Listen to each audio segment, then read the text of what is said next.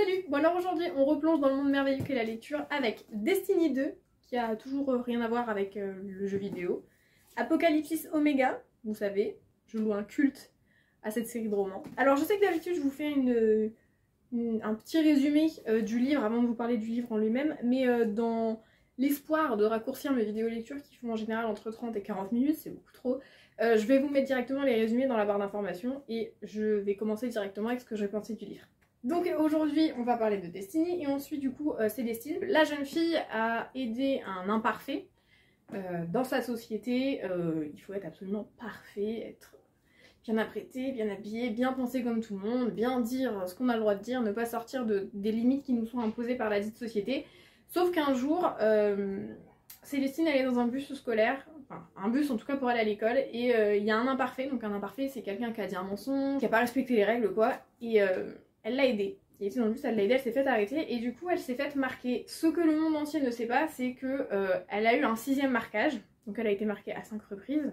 C'était le maximum possible, en tout cas pour les médias et le monde, sauf que derrière le rideau, dans les coulisses, le juge qui lui a donné cette peine l'a marquée une 6e fois. Cette 6e marque, vraiment, elle est passée sous silence, elle n'apparaît nulle part, sauf dans une vidéo que l'avocat de Célestine a pris lors du coup du marquage, et le juge qui a marqué Célestine est à la recherche de cette vidéo parce que cette vidéo peut détruire sa carrière et surtout peut détruire la société qu'il croit être parfaite.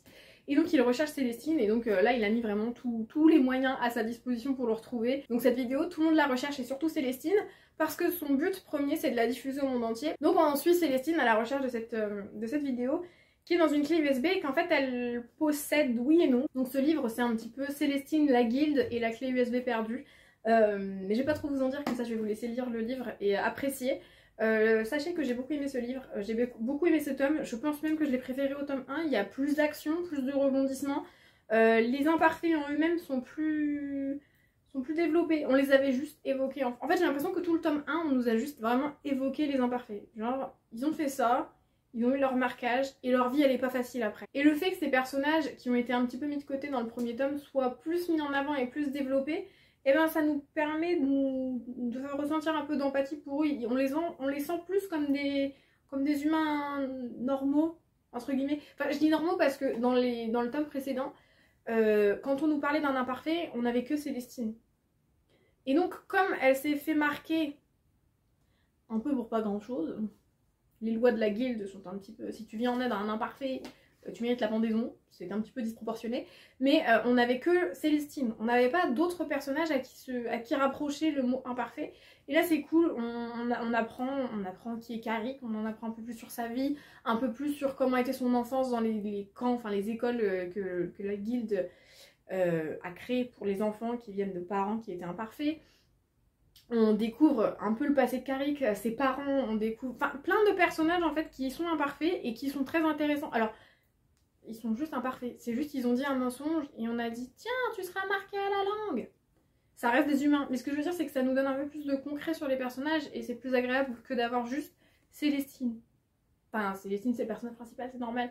Mais je veux dire, on a un autre point de vue sur les imparfaits. Vous voyez ce que je veux dire? C'est intéressant de ne pas avoir juste la vision de Célestine, de juste se dire bah c'est Célestine l'imparfaite type de la société, alors que pas du tout. Il y a des gens juste ils ont dit à quelqu'un un mensonge, ils se sont fait marquer, il y en a juste bah ils crevaient de faim, ils ont volé une pomme pour leur enfant, ils se sont fait marquer à la paume de la main.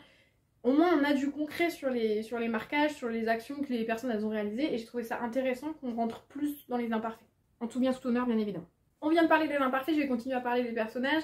J'ai beaucoup aimé les personnages secondaires, j'ai assez apprécié qu'on nous parle un peu plus de Hart, c'est cool. Donc pour ceux qui ne savent pas, c'est le fils du juge qui a infligé les marquages à Célestine, c'était son ex-petite amie. J'ai beaucoup aimé du coup le personnage de Carrick. Et je vous ai dit dans la vidéo précédente que le personnage de Célestine, c'était pas mon personnage préféré. C'est pas que je la déteste, c'est juste que là je trouve que dans ce tome là, elle a un peu avancé mentalement, elle fait des choix qui sont logiques, elle a retiré ses œillères et c'est cool. Mais le truc de je suis dans les bras de Carrick mais je continue à penser à Hart, le pauvre, que doit-il devenir? Je ne peux pas penser à cela, je suis avec Carrick. C'est un peu redondant en fait. En fait juste ce qui m'énerve dans les livres comme ça, en fait c'est les triangles amoureux. Je pense que c'est ça en fait qui me plaît pas. C'est ce côté je suis avec un mais je pense à l'autre. je suis avec l'autre et je pense à l'un. Ça, j'aime pas. C'est juste que j'aime pas le triangle. En fait, j'aime pas cette relation nulle qu'ils instaurent entre 3 personnages. Il y a une relation entre Célestine et Art. Ok, c'est expliqué dans le premier tome, ils sont amoureux, ils se voient vieillir ensemble, etc. Il n'y a pas de souci, je peux comprendre. Mais à partir du moment où elle rencontre Carrick, pour aucune raison d'ailleurs, elle le trouve attirant, elle nous le dit jamais, elle nous dit juste, il est là, derrière sa vitre, un peu type animal, et je me sens attirée par lui, d'accord, ok. Un peu soldat, hein. Animal c'est un peu bizarre dans la phrase, mais il n'y a pas plus de choses, elle finit par se mettre avec lui, mais elle pense quand même à l'autre. Alors, moi je veux pas être méchante, mais si tu te mets avec quelqu'un et qui pense encore à son ex, vire-le ou vire-la. Parce qu'en fait, ça sent mauvais, tu vois. D'ailleurs, j'espère quand même, il faut sauver quelque chose, j'espère qu'il y a un tome 3. Parce que la fin est intéressante, très intéressante, mais ça m'a laissé sur ma faim. J'espère qu'elle travaille, la dame dont je sais toujours pas prononcer le nom de famille, là, Cécilia Erne, je sais pas comment ça se dit, je vous l'ai mis à l'écran.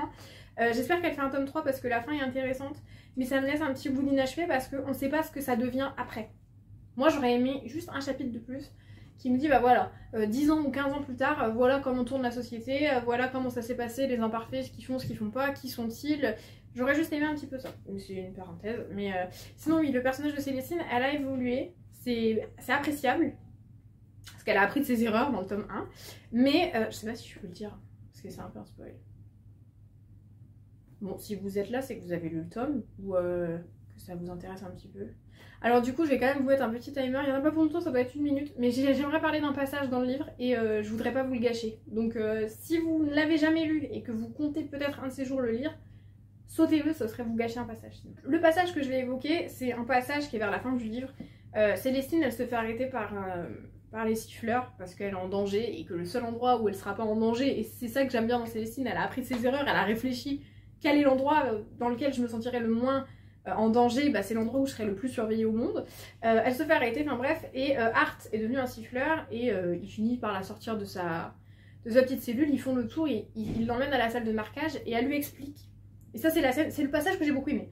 Elle lui explique comment s'est passé le marquage, ils m'ont mis ça entre les dents, le premier marquage c'était le pied, après c'était la langue, après... Elle lui explique, et elle finit par lui montrer la marque qu'elle a sur la colonne vertébrale. Et là il réalise bah, que la marque elle est pas nette, forcément, elle a eu mal, il n'y avait plus d'anesthésiant, c'est pas net, ça fait une cicatrice, c'est pas beau quoi, ça fait une marque. Et là, c'est la partie que j'aime bien. D'accord. Donc Art il se rend compte que c'est son père qui a fait ça, il est horrifié par ce qu'il voit. Et là, Célestine, elle évoque, elle a une chaînette pas au poignet, à la cheville que Art il lui a offert dans le tome 1. Je crois que c'est 3 ronds qui s'entremêlent, enfin bref. Et je sais pas pourquoi, elle lui parle, elle fait chauffer un fer à blanc, elle le regarde, et elle se marque le ventre. Avec un truc, avec les cercles qui correspondent à la perfection. Oui, mais non. Parce que le 7e marquage était obligatoire. En fait, j'ai trouvé, quand je l'ai lu, je l'ai trouvé un peu stylé. Parce que je me suis dit, ouais, elle est tellement imparfaite qu'en fait, elle en est parfaite. Tu vois ce que je veux dire? Et quand j'ai vu que pour de vrai, elle se marquait, parce que pour moi, elle allait vouloir se marquer, Art allait l'arrêter et lui dire, non mais c'est pas la peine, c'est bon, le monde entier a compris, enfin... Tu vois. Et là non, en fait juste il l'a laissée parce que on sait pas trop, et elle s'est marquée le ventre avec les 3 ronds. Autant quand je l'ai lu le passage, encore une fois je l'ai bien aimé, mais je ne m'attendais pas à ce qu'elle aille jusqu'au bout. Donc c'est un peu stylé, mais je suis un peu déçue parce que j'ai pas compris pourquoi parce qu'en plus elle s'est remarquée à blanc sans anesthésie, et je comprends pas pourquoi du coup cette cicatrice là elle serait parfaite, parce que c'est la perfection, c'est 3 ronds donc c'est parfait. Voilà, c'est juste le passage que je voulais évoquer, donc voilà. Donc à part le petit passage que je viens d'évoquer, toutes les évolutions de personnages sont bien faites. J'ai beaucoup apprécié l'évolution d'Art de Célestine, même si malgré la petite chose que je viens d'évoquer, bon voilà. Carrick, les gens qui ont aidé Célestine, etc., je les ai trouvés bien écrits. Il y a des scènes qui sont vraiment bien amenées, vraiment bien décrites, et je trouve que ça donne vraiment un côté hyper intéressant à l'histoire. Il faut savoir que moi j'aime assez quand il y a beaucoup de descriptions, parce que j'aime qu'on me laisse qu'on laisse libre cours à mon imagination et qu'on me laisse imaginer, il rentre dans une salle et c'est un bureau, j'aime bien pouvoir imaginer à quoi il ressemble le bureau, mais j'aime bien quand j'ai des détails. En fait, j'aime bien quand le livre, il m'accompagne jusqu'au bout de mon imagination. C'est-à-dire, je sais pas, encore une fois, l'exemple du bureau, un bureau, ça peut être juste une pièce avec le meuble, le bureau, et une étagère de livres. Mais ça peut être aussi une pièce où il y a beaucoup de verdure. Ça peut être une pièce où c'est très technologie, il y a plein d'écrans, etc. Et moi, j'aime bien avoir le droit d'imaginer, mais j'aime bien qu'on m'accompagne, qu'on me dise, bah voilà, la pièce est remplie d'écrans. Après, dans ta tête, tu imagines la pièce comme tu veux, tu vois. Et dans ce livre, je trouve que c'est suffisant pour moi, ça me suffit. Il y a certains livres où il n'y a pas de description, on te dit, ouais, bah, traverse un couloir. Et comment le couloir? Il est étroit, il est large, il y a des portes, il n'y a pas de porte, il est vert, il est bleu, il est jaune. Comment elle est, l'ambiance, elle est pesante, pas du tout. Est-ce qu'il y a des lumières? Les lumières, elles sont blanches, elles sont jaunes. Est-ce que quand il marche, ça résonne? Est-ce qu'il croise des gens? Est-ce qu'il y a des fenêtres? Enfin, dis-moi en plus. Dis-moi en plus. Et là, j'ai suffisamment de descriptions dans le livre pour que ça me suffise. Ce qui m'amène à dire qu'il y a des scènes qui sont bien décrites et que c'est suffisant pour moi, comme la scène de Célestine, dont je viens de parler. Si vous l'avez passé, c'est que vous ne deviez pas écouter ce que j'avais à dire. Finissez le livre et revenez me voir. La scène chez son grand-père, il se passe quelque chose chez son grand-père et la scène, je la trouve très bien décrite. Le passage de l'usine, le défilé des imparfaits, je vous dis rien, c'est des infos que c'est des petites infos que je vous donne pas de spoil, mais c'est des passages, et encore le défilé des imparfaits, j'aurais aimé qu'ils en disent, mais alors des pages de plus, mais j'ai beaucoup aimé, la description elle est suffisante pour qu'on se mette dans l'ambiance, et j'aime beaucoup, donc que puis-je vous dire, c'est un livre que je suis contente d'avoir acheté, encore une fois, je répète. Je suis une petite vieille, mais je me répète, le tome 1, je l'ai acheté chez Emmaüs, je crois. Et celui-ci, je l'ai commandé sur Vinted. Encore une fois, les livres d'occasion, ça permet de lire pour vraiment pas beaucoup d'argent. Je répète, l'intégralité quasiment de ce que j'ai derrière moi, c'est des choses que j'ai achetées d'occasion. Il y a très peu de livres que je m'achète neufs, à part si vraiment il y en a un que je trouve pas et j'ai pas le choix. Ou alors vraiment, j'ai un gros coup de cœur, j'arrive devant un livre et bah, c'est celui-là et pas un autre. Je ferai l'effort de mettre 25-30 € maximum, mais l'intégralité de ce que j'ai dans ma bibliothèque, quasiment, c'est de l'occasion. Mais du coup, si vous trouvez Destinée d'occasion, n'hésitez pas à l'acheter, même si c'est que le tome 1 et que vous chercherez celui-là plus tard. Sachez qu'il n'y a que 2 tomes pour l'instant. J'ai espoir qu'elle refasse un livre. Je veux juste savoir, comme je vous l'ai dit, la fin elle est assez intéressante. Et en fait, je veux juste savoir ce qui se passe après. Comment elle évolue la société maintenant que ça s'est passé. Je voudrais un tome 3. Je vous avoue, j'ai fait ma mauvaise élève. J'ai même pas été regarder s'il y avait un tome 3 en préparation, si elle avait commencé à l'écrire ou pas du tout, ou si vraiment c'était la fin. Mais j'espère, dans un futur prochain, qu'il y ait un tome 3. Donc maintenant, on va pouvoir parler de Apocalypsis Omega. C'est la dernière fois. Je vous assure, c'est la dernière fois qu'on parle d'Apocalypsis normalement, parce que bah, déjà c'est le tome 5 et c'est le dernier tome. Je suis au fond du trou. Parce qu'en fait, je vous explique, ça fait au moins 2 mois que j'ai fini de le lire, ce livre-là. Et je suis toujours au fond du trou. Voilà, comme ça c'est dit. En fait, je veux une suite. C'est pas que je la veux, c'est qu'en fait j'en ai besoin. À savoir d'ailleurs, tant que j'y pense, que Ellie et Seriam, entre temps, la dame elle a changé de nom. Elle s'appelle Ellie Chezeran. Je sais pas, je vous le mets à l'écran. Donc elle a changé son nom d'auteur. Donc si vous cherchez Apocalypsis, vous pouvez chercher soit avec le nom qu'il y a ici, soit avec son autre nom. Enfin bref, en fait j'ai besoin d'un autre livre. Sachez que j'ai trouvé son site internet et que je me porte volontaire. Je vais lui envoyer un mail juste pour savoir si une suite est envisageable.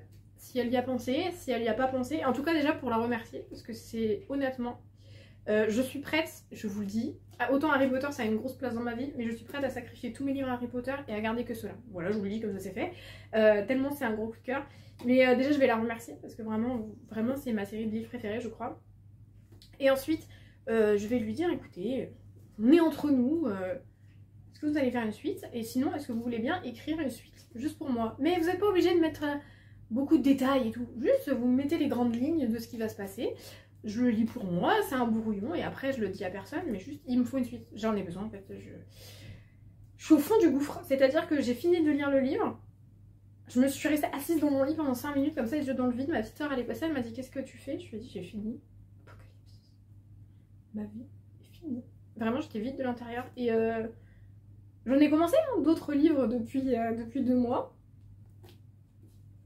Il n'y en a aucun qui me plaise autant que les Apocalypse. Parenthèse terminée. Comme pour Destiny, le résumé il est en barre d'infos, on va pouvoir commencer à rentrer dans le vif du sujet. Apocalypse Omega est une belle surprise. Donc pour ceux qui ne connaîtraient pas la série, donc c'est une série en 5 tomes. Les 4 tomes précédents ils sont ici. À savoir que d'habitude quand j'ai des tomes que j'ai fini de lire, je les déplace. Je les mets dans mon salon ou je les range derrière. Apocalypse, non, je veux les avoir en visuel. Enfin bref, donc ces 4 tomes précédents, ils correspondent à un personnage chacun. Donc là on a Edo, Alice, Maximilian et Elias. Je les ai rangés dans mon ordre d'achat et de lecture. Moi je vous conseille de les découvrir comme ça. Je sais que y a des livres où ils sont, comment dire, il y a 2 tomes dans un. Je sais pas comment ils sont triés, mais je pense qu'ils sont dans ce sens-là. Mais en fait, vous pouvez les lire dans l'ordre que vous le souhaitez, peu importe, parce qu'en fait, chaque tome correspond donc à un personnage. Et ce qui est cool, c'est que ces 4 personnages, ils gravitent dans la même sphère sans le savoir. En fait, la seule chose qui fait que toi, tu t'en rends compte, c'est que de temps en temps, t'as une histoire qui résonne avec un autre tome. T'as, j'en sais rien, une petite fille qui traverse la rue, elle se fait écraser. C'est pas du spoil, hein, c'est une histoire inventée, elle se fait écraser, la petite fille. Et dans le tome d'après, t'as un garçon qui parle de Gigi qui s'est fait écraser par une voiture. Et d'un seul coup, tu fais oh, mais attends, Gigi, c'est la petite. Et en fait, c'est que des illuminations dans ce tome 5. Quand tu l'ouvres, tu découvres une toile d'araignée, une toile tissée depuis les premières pages de ton premier tome. Et c'est génial. En fait, c'est juste génial. J'aime beaucoup le découpage du livre, mais je suis d'accord qu'il peut pas convenir à tout le monde parce que tu passes d'un personnage à un autre. Il peut frustrer parce que t'es à fond dans l'histoire, par exemple avec Elias, il parle, et d'un seul coup le chapitre d'après, les 4 pages ou 5 pages après, c'est j'en sais rien, c'est une petite fille qu'il a rencontrée, qui est un personnage secondaire mais qui est un personnage important dans l'histoire. Et c'est quelque chose que j'ai assez aimé parce que du coup t'as la vision de plein de personnages. Tu découvres des personnages secondaires plus en détail. C'est un peu comme Destiny, on rentre plus en détail dans les personnages secondaires, ça te donne de l'empathie pour eux, t'apprends à les connaître et je trouve ça trop bien. Et cette petite toile d'araignée qui a été tissée depuis le tome 1, c'est merveilleux. C'est un gros coup de cœur. Le découpage, encore une fois, je suis consciente, ça peut te sortir de l'histoire parce que tu commences avec un personnage, ça te raconte l'histoire de ce qui se passe et d'un seul coup, pouf, tu passes à un autre personnage qui est pas dans l'action que tu es en train de lire et du coup ça te met un stop. Et ça me fait un peu penser le découpage à The Last of Us 2. Rien à voir, mais c'est un jeu vidéo. Quand vous connaissez pas, on suit le personnage d'Ellie pendant genre 5 heures de jeu. Et les 5 heures d'après, on passe au personnage qui a tué quelqu'un qui était important pour Ellie, enfin bref. Et autant ce découpage, il a énervé à peu près la moitié des fans de la série, autant moi, j'avais adoré parce que du coup, tu ressens de l'empathie pour le personnage méchant. Enfin bref, là c'est un peu pareil. Le découpage, il peut te sortir de l'histoire, il peut t'énerver, mais ça te permet de découvrir d'autres personnages et c'est un chef-d'œuvre. Enfin, moi j'ai adoré. C'est-à-dire que j'arrivais pas à m'arrêter de lire. Je crois que j'ai sauté des repas, mais bon, c'est pas grave, j'ai des réserves de toute façon, c'est pas grave. Mais vraiment, je pense que vous avez compris que je vous conseillais ce livre, mais au cas où vous n'ayez pas compris, je vous conseille ce livre. Et du coup, ces petits chapitres qui sont les points de vue de personnages secondaires ou de personnages qu'on avait à peine aperçus, ça m'a fait réfléchir et je me dis qu'en vérité, pour apprécier vraiment l'œuvre à 100%, il faudrait reprendre les tomes précédents, il faudrait tous les relire pour se rendre compte de quel fil part de quel personnage pour aller à quel personnage et se rendre vraiment compte des répercussions que chaque action de chaque personnage a sur la vie d'un tel ou d'un tel, parce qu'en fait vraiment je vous le dis, tout est relié, vraiment c'est très très bien pensé et cette toile d'araignée vraiment elle est complexe et honnêtement, je pense qu'il me faut une deuxième lecture et je pense que tous ceux qui ont les Apocalypse, faites une deuxième lecture de vos livres, ça va vous faire découvrir d'autres choses. Concernant la fin de l'histoire, il y en a qui vont se sentir déçus parce que c'est peut-être pas forcément ce à quoi ils s'attendaient. C'est-à-dire que quand on vous parle d'Apocalypse, vous pensez certainement à du sang, des tripes et des boyaux. Et là, c'est pas le cas. Si vous êtes venu pour une Apocalypse sanglante avec des morts dans tous les coins et des boyaux par terre et des litres de sang, vous vous êtes trompé de livre. C'est pas le bon livre que vous avez ouvert.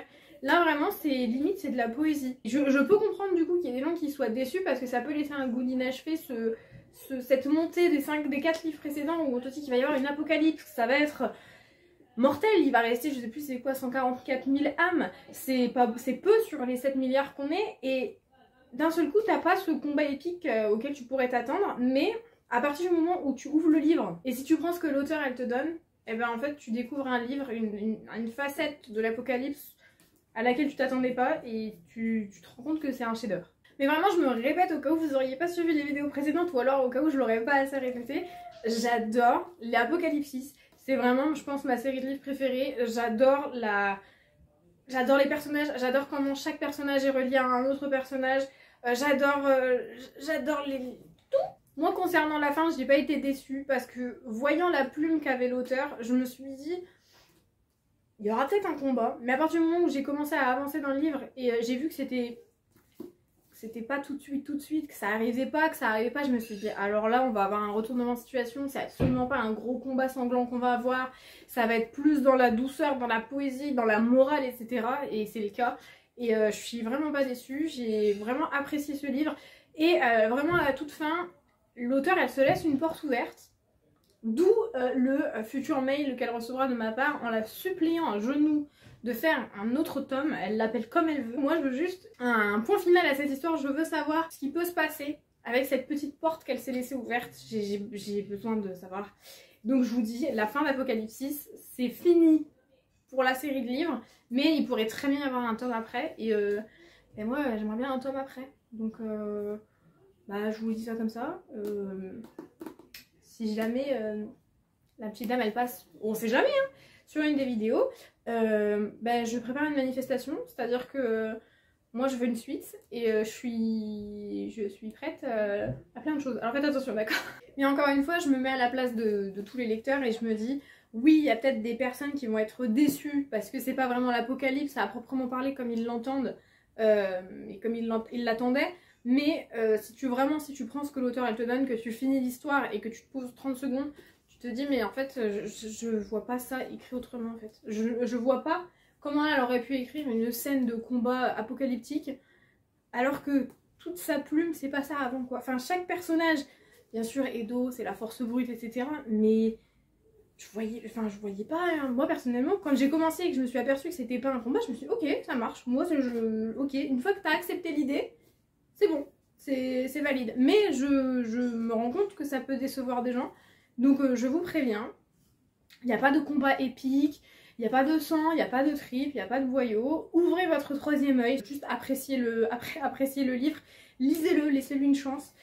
Si vous ne l'avez pas apprécié, je peux comprendre, mais moi vraiment c'est un de mes livres préférés. Donc je pense que ça s'est compris, Apocalypsis c'est vraiment la série de livres que j'ai préféré lire cette année. Je suis un peu vite quand même à l'intérieur parce que bah, j'ai fini ma série de livres, mais je sais qu'elle a laissé une porte ouverte. Donc je me dis, si c'est pas elle qui l'écrit, dans un sens, mentalement je peux me figurer ce que ça pourrait être. Donc bon j'espère quand même qu'elle va faire une suite, hein, un roman, une série, un film, peu importe, moi je veux juste une suite.